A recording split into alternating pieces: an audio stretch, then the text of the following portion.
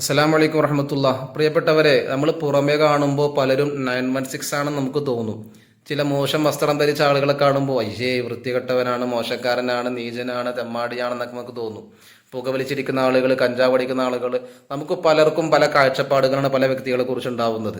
എന്നാൽ നല്ല വിസ്തരിയിട്ട് നല്ലോണം തേച്ച് വൃത്തിയാക്കി അത്തറ് പൂശി പെർഫ്യൂമൊക്കെ അടിച്ച് വരുന്ന ഒരാളെ കണ്ടതേ ഇവൻ അടിപൊളിയാണ് ട്ടോ, ഇവൻ പൊളിയാണ് ട്ടോ, ഇവൻ സെറ്റാണ് ട്ടോ എന്നൊക്കെയാണ് നമുക്ക് തോന്നുക.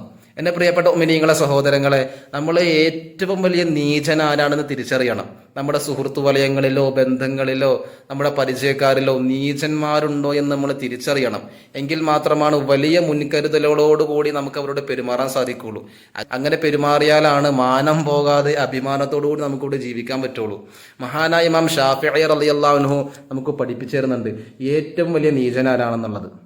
ഉയർന്ന സ്ഥാനത്തേക്ക് എത്തുകയും തൻ്റെ ബന്ധക്കാരെ അവഗണിക്കുകയും തൻ്റെ പരിചയക്കാരെ നിഷേധിക്കുകയും തന്നെ ഇത്രമേൽ ഉയർന്ന സ്ഥാനത്തേക്ക് എത്തിച്ച പ്രിയപ്പെട്ട ഗുരുനാഥൻ വെള്ളവും വെളിച്ചവും വളവും ആവോളം കൊടുത്ത് പൊന്നുപോലെ ഇത്രയും വളർത്തിക്കൊണ്ടുവന്ന് ആവശ്യമായ എല്ലാ സൗകര്യങ്ങളും ചെയ്തു കൊടുത്ത പ്രിയപ്പെട്ട ഗുരുനാഥന്റെ മഹത്വം നിരാകരിക്കുകയും ചെയ്യുന്ന ഒരാൾ നമ്മുടെ സുഹൃത്തു വലയങ്ങളിലുണ്ടെങ്കിൽ, ബന്ധങ്ങളിലുണ്ടെങ്കിൽ, നമ്മുടെ പരിചയക്കാരിലുണ്ടെങ്കിൽ ഉറപ്പിക്കുക, ഇമാം ഷാഫിഈ റളിയല്ലാഹു അൻഹു പറയാണ്, അവൻ ഏറ്റവും വലിയ നീചനാണ്.